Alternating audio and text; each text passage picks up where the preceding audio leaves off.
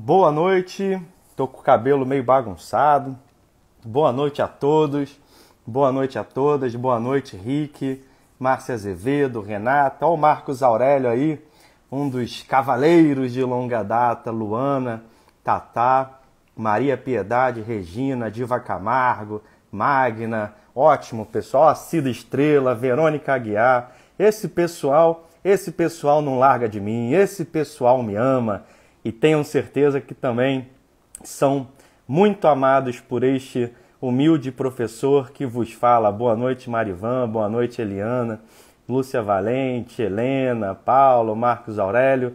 Bom pessoal, sejam todos muito bem-vindos, sejam todas muito bem-vindas a mais uma live aqui da nossa série de lives sobre as 100 melhores crônicas brasileiras e vamos aos nossos recados rápidos. Para aquelas que chegam aqui pela primeiríssima vez, não se esqueçam, ou caso não saibam, fiquem sabendo desde já, que nós nos guiamos por este livro, As 100 Melhores Crônicas Brasileiras, da editora Objetiva, seleção de Joaquim Ferreira dos Santos. Rick, você foi promovido ao nosso fixador de comentários oficial.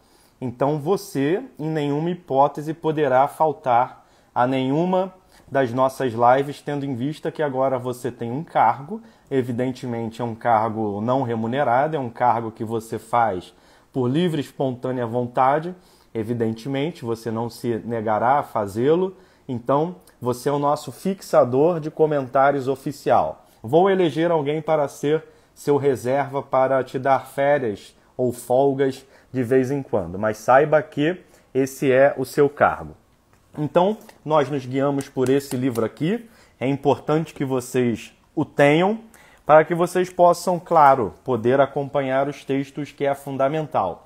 Recado de número 2, não se esqueçam de que nós estamos com as iniciativas lá no canal do Telegram, estamos falando sobre o livro A Jornada do Escritor, estamos fazendo as reflexões claricianas a partir de trechos de textos da nossa querida Clarice Lispector, e esse material todo é disponibilizado gratuitamente. Então, se você tem interesse em receber esse material e por acaso ainda não está no meu canal do Telegram, não deixe de clicar no link que está na minha bio, logo abaixo da minha foto.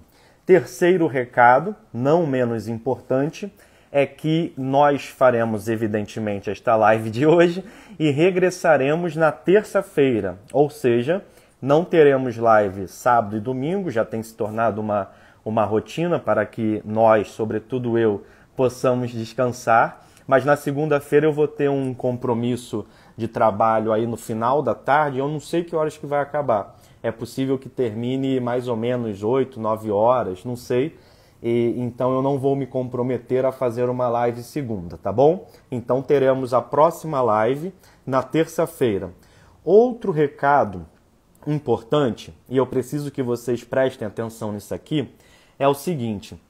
Nos últimos dias, na verdade já nas últimas semanas, os produtores de conteúdo, todo mundo que produz conteúdo aqui no Instagram, tem passado por uma mesma situação, que é a redução do alcance das postagens e das lives. O que isso quer dizer?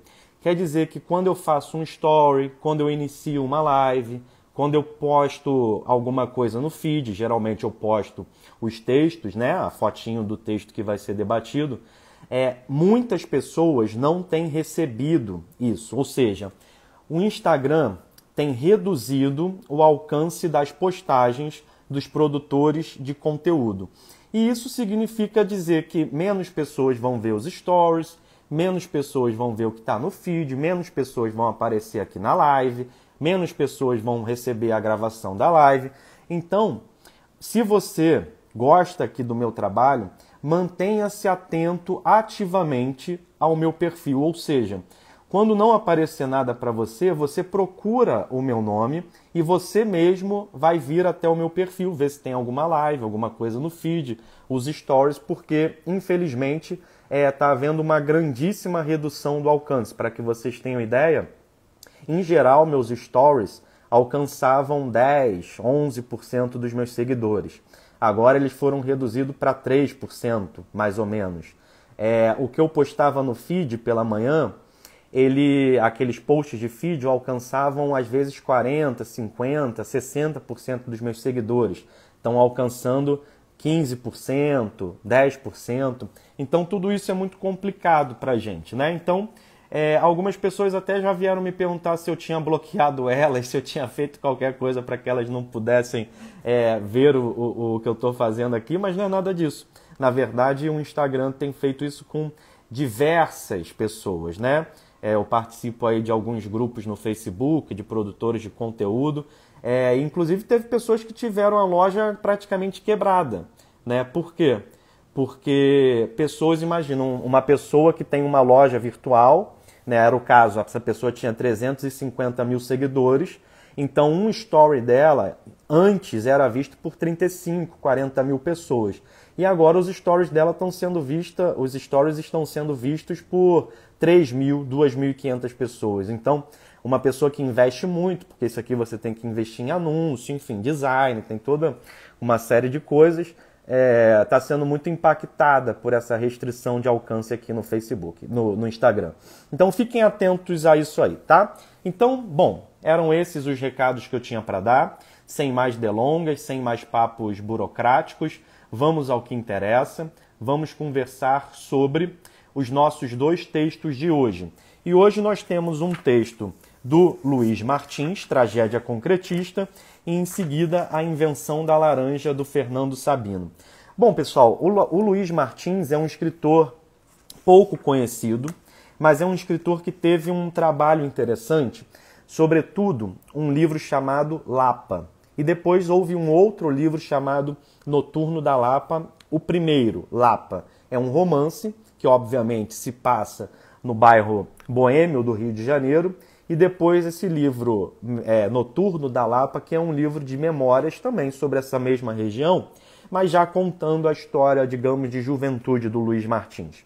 O Luiz Martins, ele nasce no início do século XX e ele publica esse romance Lapa já nos anos 30 do século XX, já sob égide do governo Vargas, sob égide autoritária, evidentemente, do Estado Novo, varguista, e esse livro foi muito mal recebido. Esse romance de Luiz Martins, chamado Lapa, que é um romance bastante interessante, parece-me bastante interessante, eu ainda não pude ler, ele parece que é um livro que trata muito da degradação da Lapa, sobretudo dos cabarés, dos inferninhos, da questão da prostituição na Lapa, do Rio de Janeiro. E esse livro foi muito mal recebido na época do governo Vargas pelo aparato autoritário, policialesco do Estado Novo, de maneira que esse livro foi retirado de circulação, foi censurado, portanto. Houve, inclusive, um impedimento para que o Luiz Martins recebesse os dividendos, os royalties, os direitos autorais do seu livro, né? Porque era um livro de linguagem seca e que mostrava, digamos assim, aspectos bastante, digamos, mais pornográficos, bastante mais pesados, bastante violentos da Lapa carioca. E esse livro foi defenestrado, foi retirado de circulação e o Luiz Martins sofreu com aquilo que, por exemplo, aconteceu com Graciliano Ramos. Vocês sabem, já falamos sobre isso aqui, que o Graciliano Ramos foi acusado de ser comunista pelo governo Vargas, numa época que ele ainda não era comunista. O Graciliano Ramos torna-se comunista depois desse episódio com o governo Vargas, que foi o seguinte: o Graciliano Ramos foi acusado de subversão, né, pelo governo, foi preso, foi levado para o Rio de Alagoas, para o Rio de Janeiro, foi levado do centro do Rio para o presídio da Ilha Grande, ficou cerca de 11 meses no presídio, todas aquelas questões sobre as quais já conversamos aqui em outra oportunidade, na live sobre o texto do Graciliano Ramos. E o Luiz Martins, ele não chegou a ser preso, mas houve uma situação bastante assemelhada. Ele foi acusado de subversão, de envolvimento com o movimento comunista, e isso causou, na verdade, um desgosto no Luiz Martins. O Luiz Martins acaba deixando o Rio de Janeiro, ele é carioca de nascimento e foi viver em São Paulo.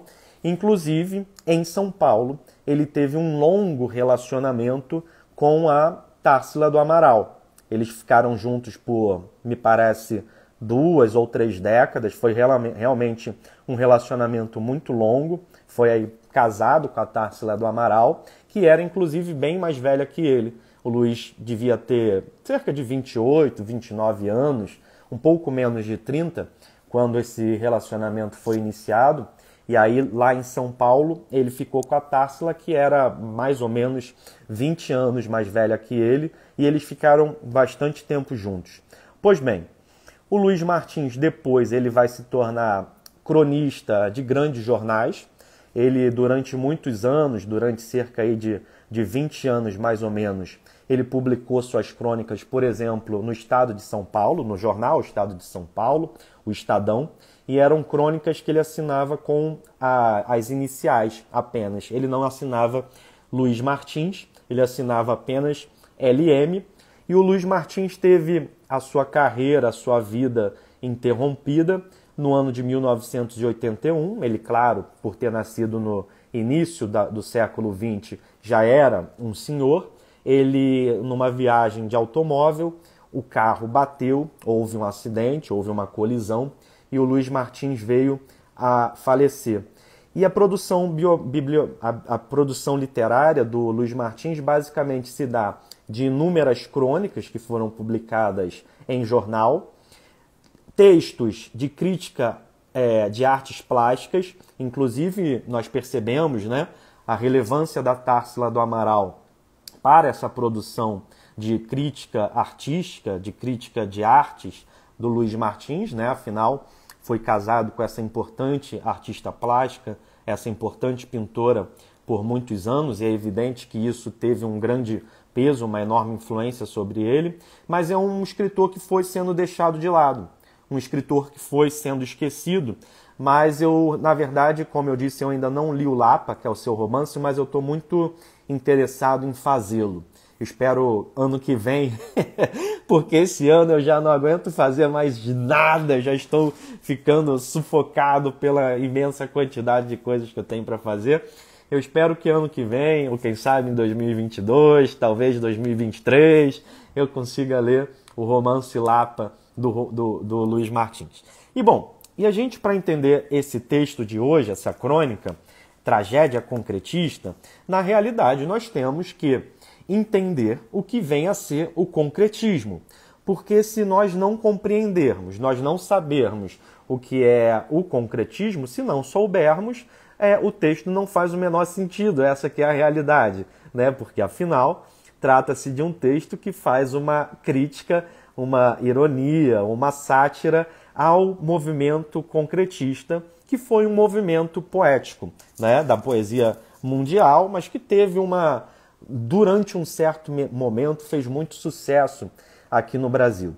Bom, então vamos falar rapidamente sobre o que é a poesia concretista para que a gente possa entender exatamente o tema do texto do Luiz Martins, né?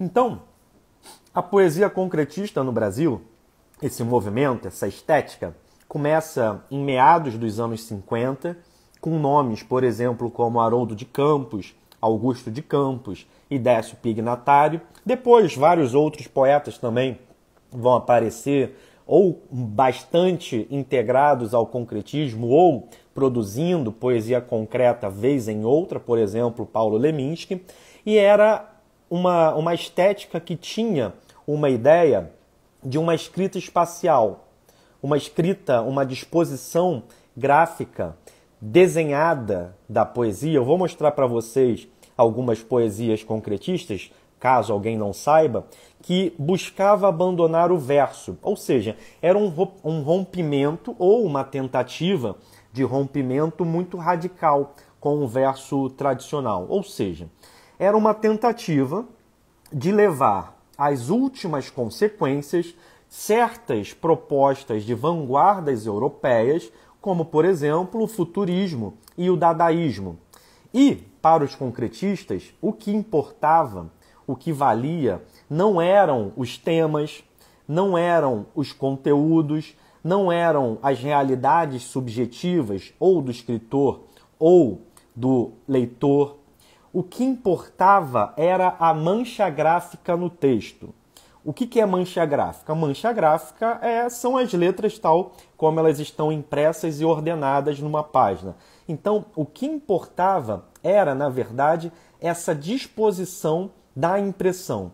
Ou seja, o poema concreto não se preocupava exatamente em dizer algo. Claro que, mesmo que você não queira dizer nada, você acaba dizendo alguma coisa. Porém, o processo de comunicação deles era diferenciado relativamente àquilo que nós entendemos como uma poesia, como um poema.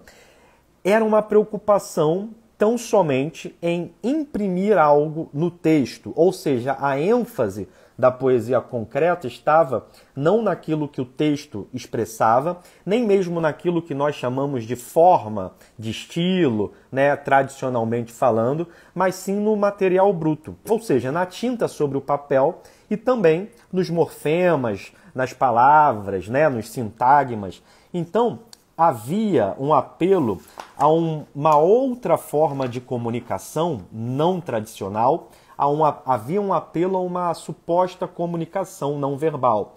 Porém, eu, particularmente, sou um crítico da poesia concretista. É claro que cada um faz o que quiser, cada um se expressa como quiser, ninguém está aqui para impedir as diversas manifestações artísticas. Mas, na verdade, eu acho que a poesia concretista é uma enorme perda de tempo, né? Por exemplo, deixe-me ver se está à mão aqui. Não tá. Eu não sei onde eu coloquei. Mas tem aquele poema do lixo, né? Que é uma bobagem. Eu vou mostrar outros para vocês. Eu não sei onde eu botei aqui o livro. Eu mostro os que eu separei, que já estão à mão. Então, assim, umas coisas que me parecem, na verdade, bastante bobas, bastante superficiais, bastante infantis, pueris.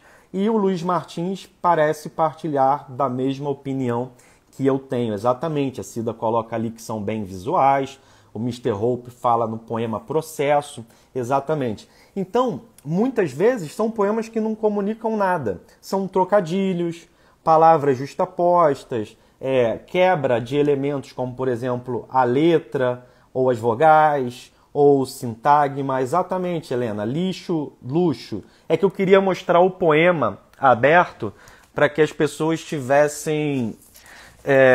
pudessem visualizar isso melhor, mas eu não sei onde eu botei essa porcaria. Tá aqui, calma aí. Tá aqui. Pronto, achei. Estava bem perto de mim. Então vocês vão ver que são desintegrações de prefixos, de radicais, de sufixos, brincam com a não linearidade, né, porque o verso é linear, usam os espaços em branco. Então deixa eu mostrar aqui rapidamente para vocês, só para que vocês possam visualizar melhor isso do que eu estou falando. Deixa eu ver se eu acho aqui. Vamos improvisar, meu povo. Achei. Então vejam, o livro, ele tem, né, os poemas. Isso aqui é um livro, uma antologia dos 100 melhores poemas, né? Então o livro vai normalzinho, mostrando os poemas, como quem não quer nada.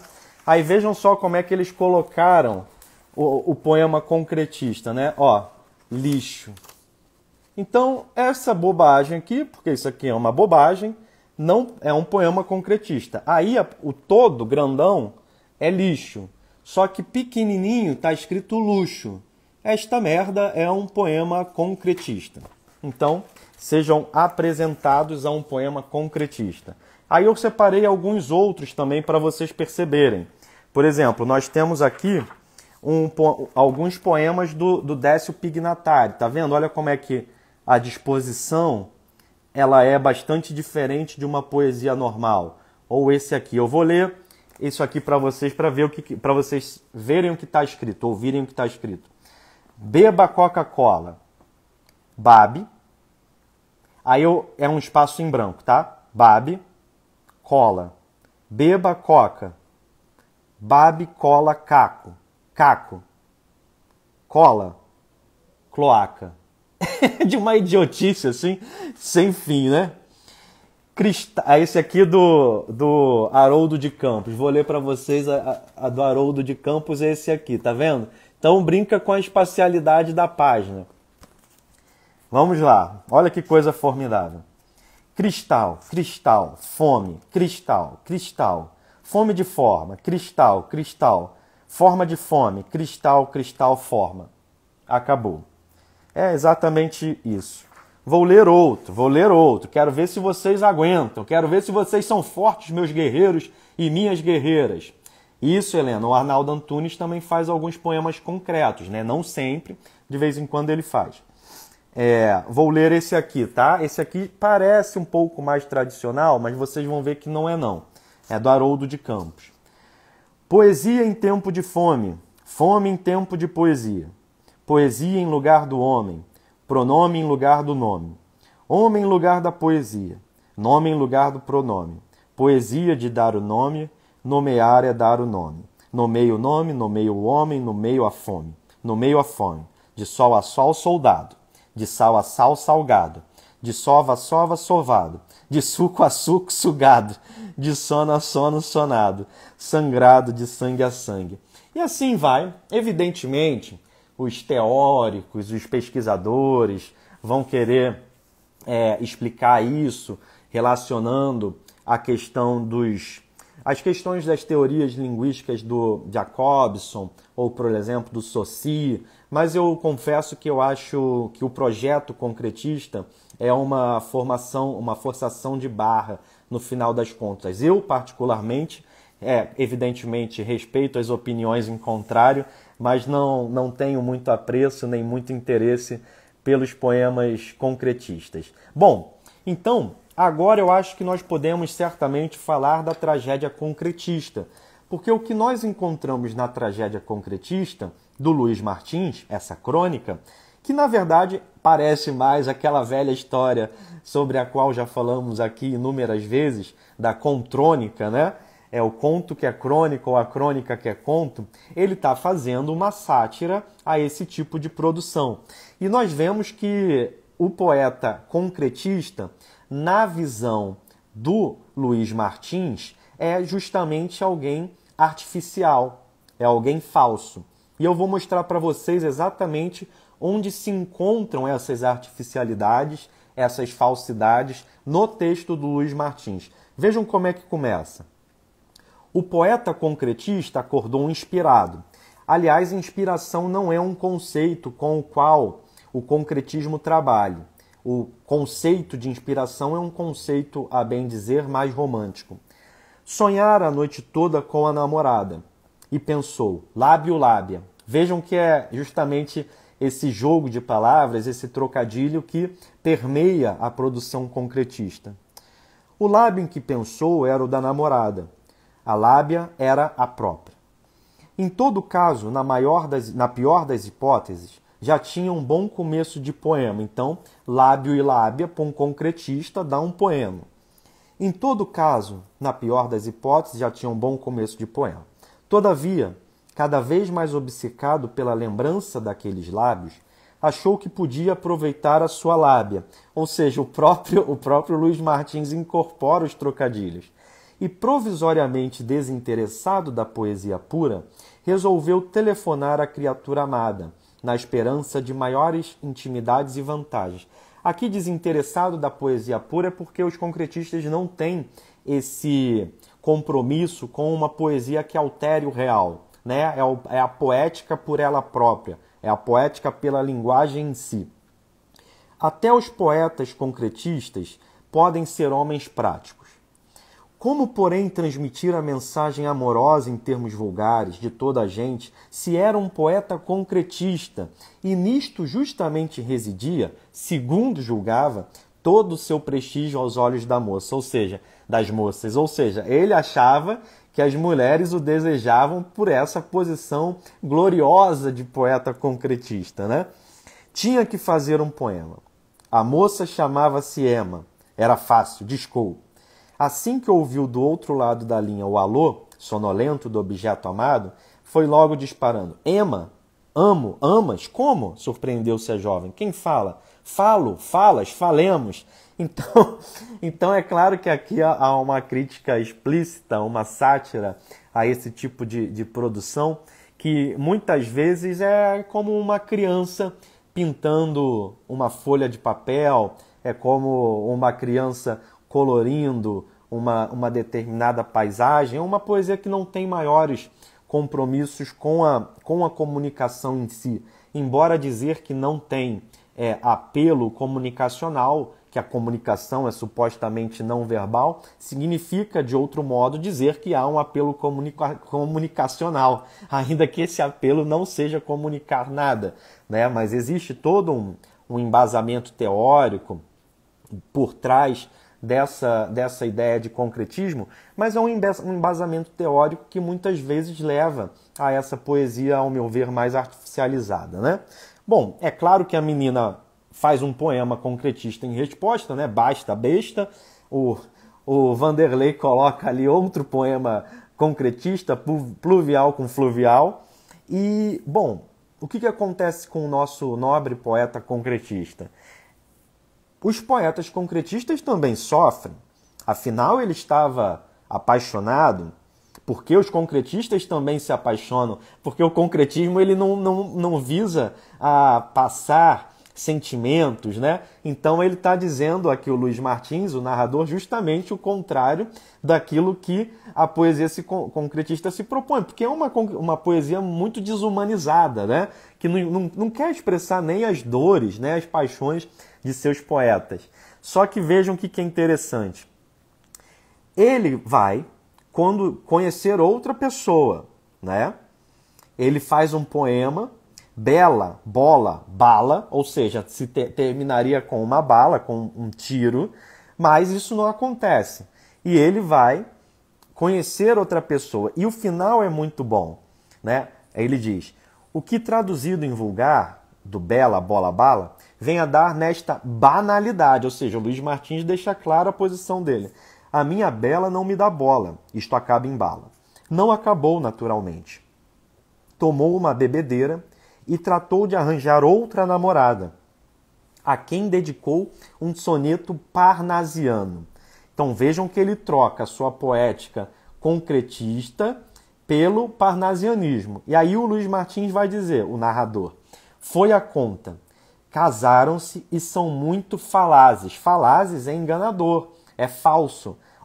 Perdão, felizes. Então o Luiz Martins aqui no final constrói um trocadilho para dizer, para criticar essa artificialidade, essa falsidade que ele enxergava na poética concretista.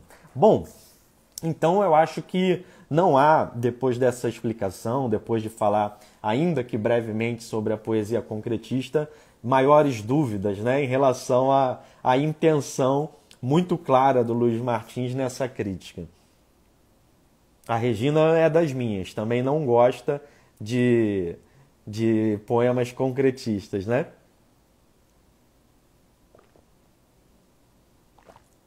A Cida, uma parnasiana, gosta do Olavo Bilac, né? Do Alberto de Oliveira. Então, pessoal, nós temos um segundo texto para atacarmos hoje, lembrando-lhes que segunda-feira, sábado não teremos live, nem domingo, nem segunda. Voltaremos na terça. E lembrando também que por conta de toda essa redução do alcance da distribuição do tráfego, como se diz aqui no Instagram, será necessário que vocês ativamente procurem o meu perfil, sobretudo na terça-feira, data da próxima live, beleza? Então vamos falar do Fernando Sabino. Vamos falar do seu texto A Invenção da Laranja. E esse texto, A Invenção da Laranja, essa crônica, na verdade, se nós pensarmos bem, é uma jornada rumo ao óbvio, né? É uma jornada rumo ao óbvio. Por quê? Porque depois de passar por todas as etapas produtivas, depois de tentar diversos experimentos, depois de tentar vários produtos, o industrial do texto, ele chega à conclusão de que é melhor, no final das contas, deixar a natureza tal como ela está, tal como ela é. Ou seja, é uma jornada que vai desde moleque, quando o personagem está ali chupando laranjas, o Vanderlei falando que dia 12 foi aniversário do Fernando Sabino. Ele começa ali desde um moleque chupando laranjas na fazenda, casa-se com a filha do proprietário de terras, do fazendeiro, até se tornar um rico industrial. Então é uma jornada. Por quê? Porque o enriquecimento dele vai se dar justamente quando ele percebe a obviedade da coisa, né? A necessidade de que é só deixar a coisa tal como ela é, porque os consumidores vão gostar muito mais assim e porque vai ser muito menos custoso, muito menos dispendioso, muito menos trabalhoso. E é um texto, essa crônica, Invenção da Laranja, que traz uma ironia implícita. Depois de todas as tentativas industrializadoras, retornar a esse início, né? Como se houvesse uma espécie de ciclo. Por quê? Porque no início ele está ali, moleque, chupando a laranja, né? Ou seja, trabalhando a laranja em essência, em natura, né? E aí ele vai buscando vários produtos, várias industrializações que, na verdade, vão fracassando. Até que no final das contas ele percebe que, bom, mas por que eu fiz isso tudo se a melhor laranja que existe não é a laranja enlatada, não é a laranja da caixinha de papelão, não é a criação da laranja, que é uma laranja que tem casca de laranja, mas os gomos não existem, né? É a laranja que você compra já com o suco pronto dentro. E depois de tentar tudo isso, porque tudo que ele industrializa gera um novo problema, ele conclui a obviedade das obviedades, né? Por que eu simplesmente não vendo a laranja exatamente da mesma forma como ela sai do pé? Então, simplesmente respeitar a natureza, em vez de fazer parte desse capitalismo industrializador que processa os alimentos em coisas que cada vez nós menos sabemos o que são, né? Eu, por exemplo, não sei vocês, mas eu tenho uma enorme curiosidade com certas comidas, né? Por exemplo, o que é, afinal de contas, um nugget? Né? Se nós fizermos uma ontologia do nugget, qual será a essência do nugget? Né? O nugget é uma coisa muito esquisita, né? Parece que pegaram as sobras das sobras que sobraram, foram espremendo, comprimindo, amassando, empastando, até se tornaram alguma coisa supostamente à milanesa, que eles nos vendem, né? E o pior que o diabo do nugget é gostoso, né? É igual também a salsicha, né? Por mais que tentem me explicar, eu até hoje não consigo compreender exatamente o que vem a ser uma salsicha, né? Eu não sei do que a salsicha é feita, eu só sei que no hot dog, no cachorro quente, ela fica muito boa. Então, nós temos um mundo atualmente, né? Eu sei que é carne de frango processada, mas que carne de frango processada é essa? De onde veio essa carne do frango, né? É o resto da carne do frango, né? Então, nós vivemos num mundo de alimentos que nós não sabemos, no final das contas, o que são certos alimentos, né? E tem umas coisas muito engraçadas, né? Por exemplo, você compra esses sucos... Nós vivemos num mundo que teve o Tang. Vocês lembram do Tang? Eu não sei se todos aqui lembram do Tang, mas o Tang era acho que ainda existe. É um saquinho, né? Tipo um sachê que você abria e vem um pozinho lá dentro, você bota na água e mistura. Mas que diabos é o pó do Tang, que dá gosto supostamente de laranja, supostamente de tangerina, supostamente de uva? Né? Vejam, então nós consumimos que suco, exatamente, o que suco também, certos elementos, certos alimentos que nós não sabemos simplesmente o que é, né? Tem umas coisas muito interessantes. Que suco é a mesma coisa. Você compra determinados sucos industrializados, esses sucos que vêm nessas caixinhas de papelão parafinado, como ele fala aqui. E assim, você bebe o suco, aí depois você percebe que ali só tinha a essência do suco. Mas eu fico pensando, o que diabos vem a ser a essência do suco? Será que é mais barato? Será que é mais barato produzir essência de suco, que tem uma série, Flash é clássico também, é mais barato produzir essência de suco, que tem uma série infinita de elementos químicos desconhecidos, né, do que simplesmente vender o suco? Então, a jornada do nosso herói aqui é a jornada de alguém que passou pelo Tang, que passou pelo Kisuko, que passou por tudo isso e que depois das contas descobriu que no final das contas era mais simples, mais barato e simplesmente vender o suco naturalmente, né? Então, tem umas passagens muito boas, né? Porque a primeira coisa que ele vai tentar fazer é vender o suco engarrafado, tal como o dono da Coca-Cola fez. Passou a vender laranjas. Como, porém, fosse invencível a concorrência de outras fazendas mais prósperas, e a sua assim não prosperasse, ou seja, vendendo só a laranja ele não está ganhando ainda, resolveu um dia dar o grande passo que foi o segredo do sucesso do inventor da Coca-Cola, resumida num sábio conselho que lhe deram: engarrafe-a. Impressionado com essa história, resolveu engarrafar as suas laranjas. Então vejam que, no início, ele estava tentando vender a laranja, mas ele não conseguia, né? E aí ele tem essa brilhante ideia: vou vender laranja engarrafada, suco de laranja. Só que pior foi a emenda que o soneto.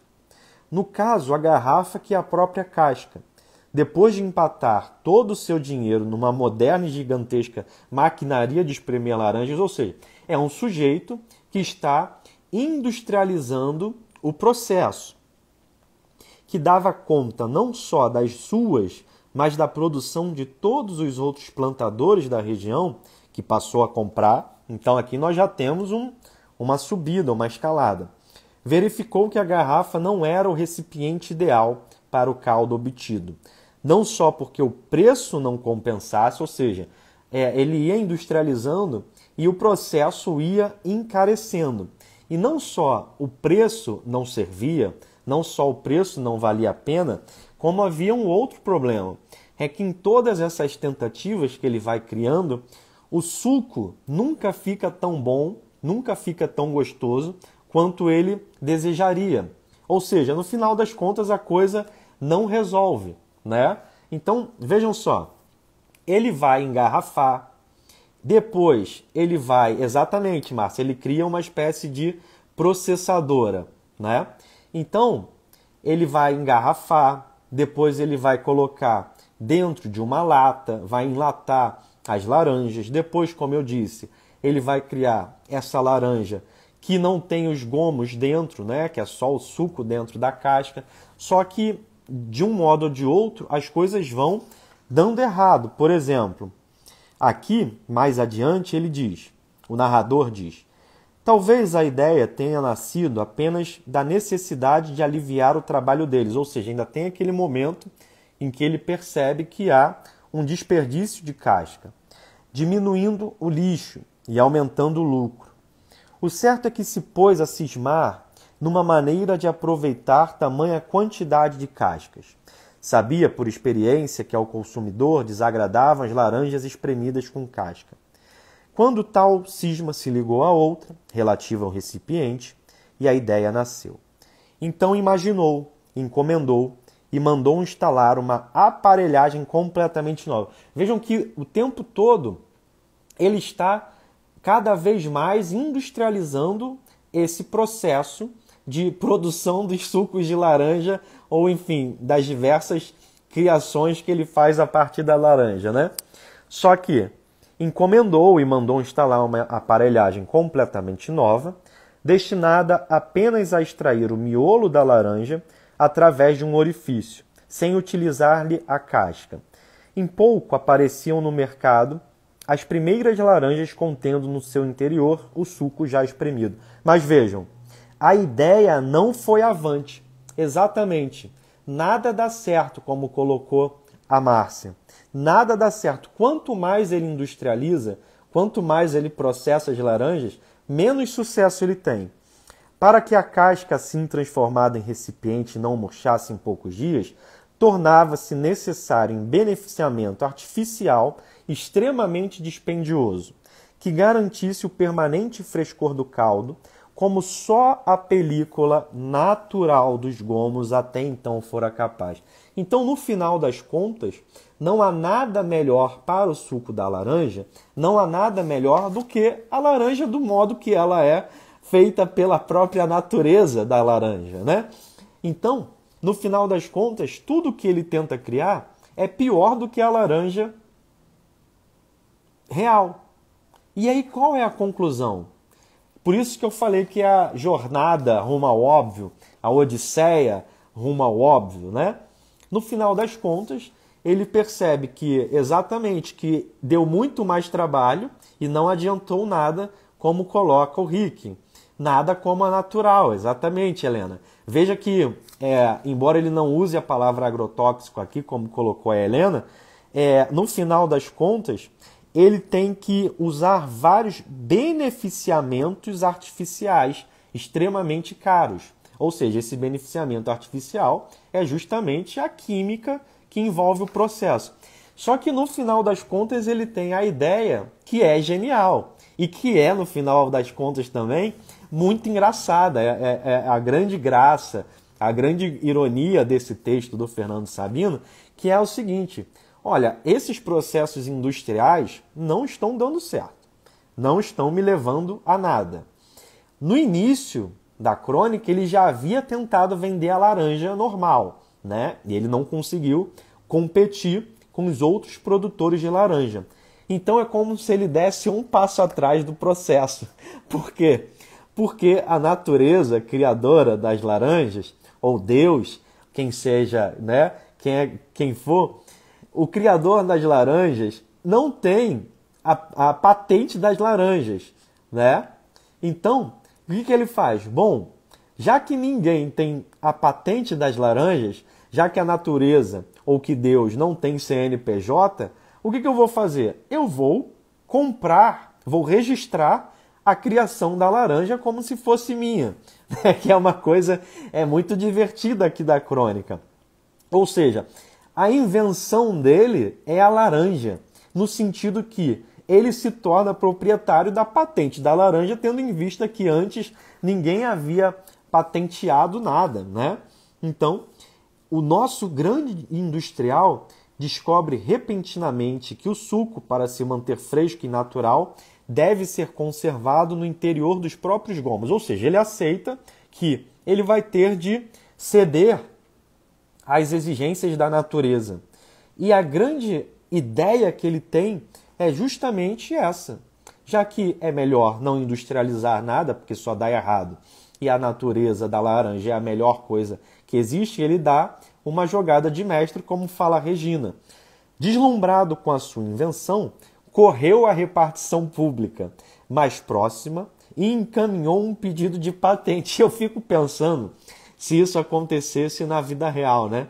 Imagina, você lá é o funcionário do escritório de patentes e chega um sujeito dizendo que requerendo a patente da laranja, né?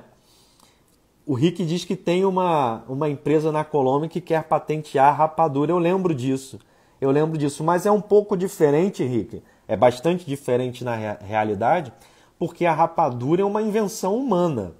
Então, sendo uma invenção humana, Bom, é até de se supor que alguém seja um inventor. Houve um inventor, é porque, claro, que a rapadura já é um patrimônio cultural, gastronômico do povo brasileiro, né? Não se trata mais de um indivíduo inventor, mas de um povo inventor. Mas no caso dele aqui, ele está falando de algo que não foi inventado por um ser humano, né? Foi inventado por Deus, foi inventado pela natureza, foi inventado pelos engenheiros espirituais, seja lá quem for. E aí, deslumbrado com a sua invenção, ele vai à repartição e tempos mais tarde, ou seja, ele consegue a patente, né? Imagina, o sujeito pede a patente da banana, a patente da maçã, e o escritório de patentes concede a patente da coisa. Tempos mais tarde, vendeu-a juntamente com a sua aparelhagem e seus laranjais a um próspero fazendeiro da vizinhança. Ou seja, ele vende as terras, ele vende aquela maquinaria toda que ele comprou, o maquinário, e vende aquilo que é mais valioso de tudo, que é a patente da laranja. Mudou-se para Nova York e com o dinheiro comprou um rico apartamento em Park Avenue, onde dizem vive muito feliz, chupando laranja o dia todo. Ou seja, no final das contas, ele regressou àquele momento inicial em que ele era um moleque chupando laranja. E a coisa que realmente deu dinheiro a ele foi patentear a criação da própria natureza. Bom, pessoal, chegamos ao final da nossa live. Não se esqueçam de que não haverá lives nem no final de semana, nem na segunda-feira. Voltaremos às lives na terça-feira. O Albuquerque diz que o Japão patenteou o cupuaçu em 98. Dessa eu não sabia. Interessante. Então voltaremos às lives na terça. Não se esqueçam de ativamente procurarem pelo meu perfil aqui no Instagram, tendo em vista essa situação anômala do Instagram, que não está distribuindo o nosso conteúdo, meu e de uma série de produtores de conteúdo, de todo mundo no final das contas, que tem conta comercial, e nós não sabemos como essa situação vai ficar, tá? Então procurem meus stories, procurem ver o que está no feed. Quando der 9 horas da terça-feira, ainda que não apareça para vocês lá aquela coisinha da live, vocês mesmo procurem o meu Instagram, Prof. Rodrigo Barreto, para que a gente não perca essa iniciativa aqui das lives, tá bom? Então, fiquem com Deus, tenham um ótimo final de semana, tenham uma ótima segunda-feira, terça-feira nos reencontramos e não se esqueçam também, os alunos do Vereda, como diz a Kézia ali, que amanhã teremos nossa aula no Veredas Infinitas, tá aí o Mr. Hope, tá aí a Cida, tá aí um monte de gente, Regina.